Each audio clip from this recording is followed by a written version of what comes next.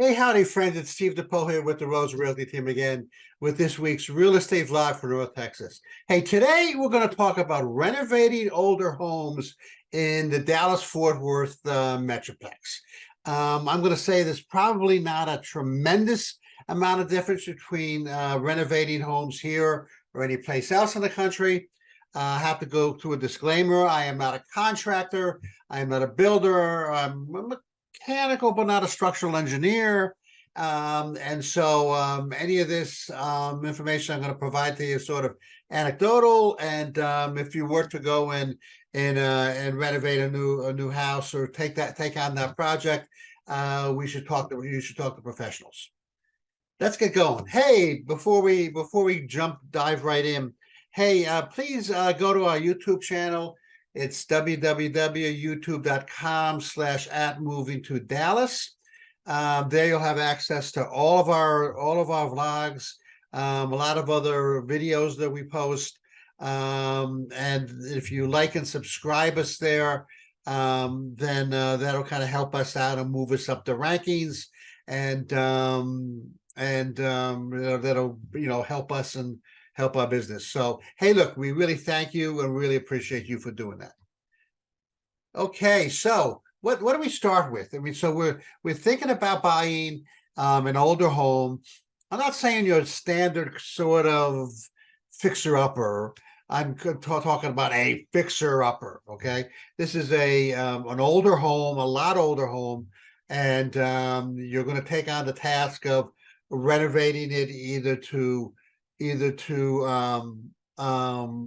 in, or to the flip, or maybe to hold on to it as an investment property and rent it out. Okay. Now, these older homes we're talking about can be set at a really good price. Okay, but we have to understand that some of the issues that we're going to face moving forward. So anyway, an overview of the benefits and challenges of renovating an older home in the Dallas-Fort Worth area. So the benefit, it's got historic charm, right? It's going to be this kind of I'm going to say older home, but that makes sense. It's going to be this home that obviously has some charm to it. It's in prime locations. And there's some investment potential, like I said. The historic charm, I mean, I'm trying to think of the word, but it's got that, classic kind of Texas kind of feel to it, okay?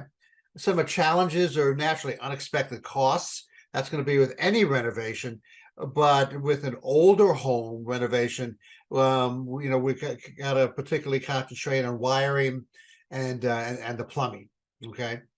You're going to have to get permits, and you're going to have structural issues, like I said, so that somebody on your team with a structural background, either a contractor who's got a structural engineer on staff, or maybe a lot of times the renovation company owner is a structural engineer, so he knows his stuff. He or she knows their stuff. So assessing the property. So you have to assess the property, and it's not going to be just your standard home inspection before purchase. Okay, you really got to get into it, behind the walls, a real good assessment of it, including structural, electricity systems, and plumbing. Okay, because you have to understand what you're facing. Now, your standard inspector, God bless him, is going to, run the water and make sure the water works and test the outlets and all those kinds of stuff. But we really need somebody who's going to be able to come in, an expert who's going to be able to come in and assess the fact that it's standard wire and not aluminum, and that kind of thing, and so we're going to have a really deep assessment of the property. It's going to cost you extra money, okay? But we really want to do that, so once we buy it and we start the renovation process, we're not shocked by the fact that it's got clay pipes or something like that, right? You gotta have to become a master of budget and planning. Now, there's kind of two ways to do this, right?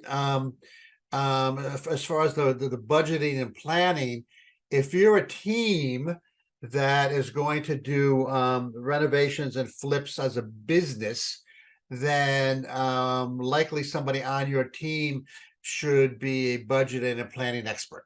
Okay.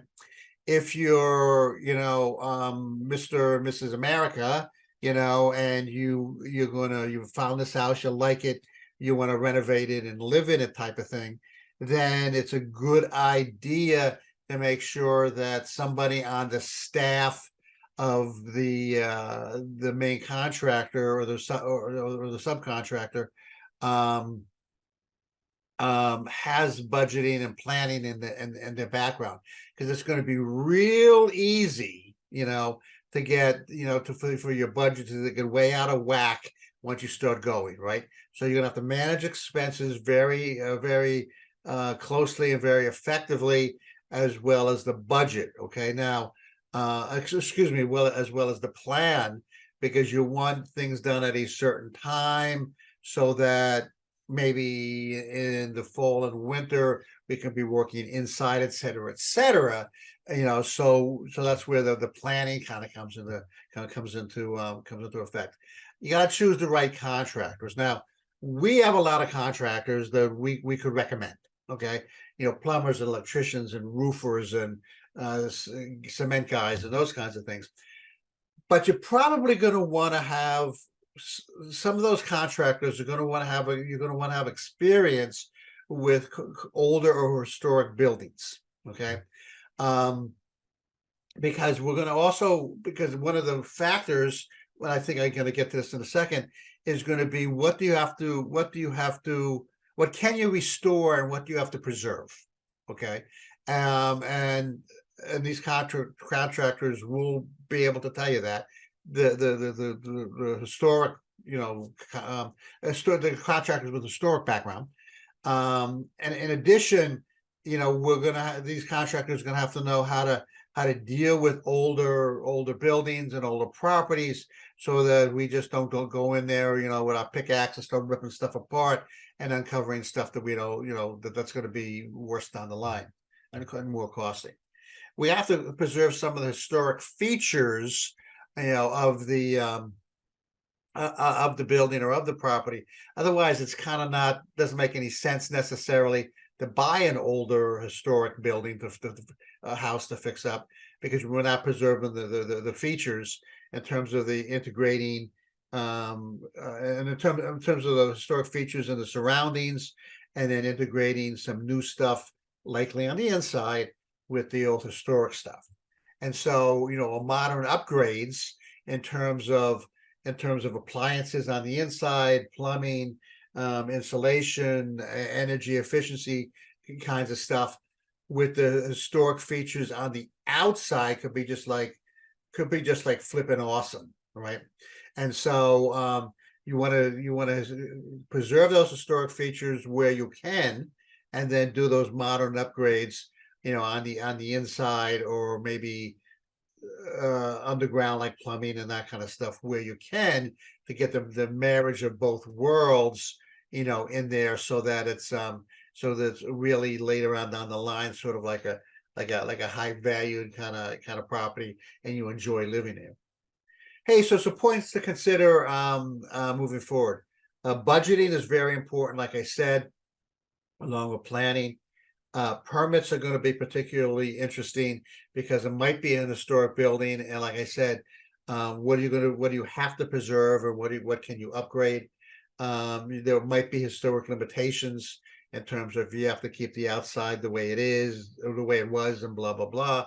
And then there's going to be structural, electrical, and plumbing kind of issues involved, because the plumbing that they had, or the electrical that they had way back when, is going to be in question. When you start, taking plaster off the walls and replacing it with wainscoting, or whatever. So the plumbing, The structural, the plumbing, and the electrical are really important. Hey, so next week we're going to talk about is now the right time to sell your home? It's it's like July 5th, right? Is now the right time to sell your home?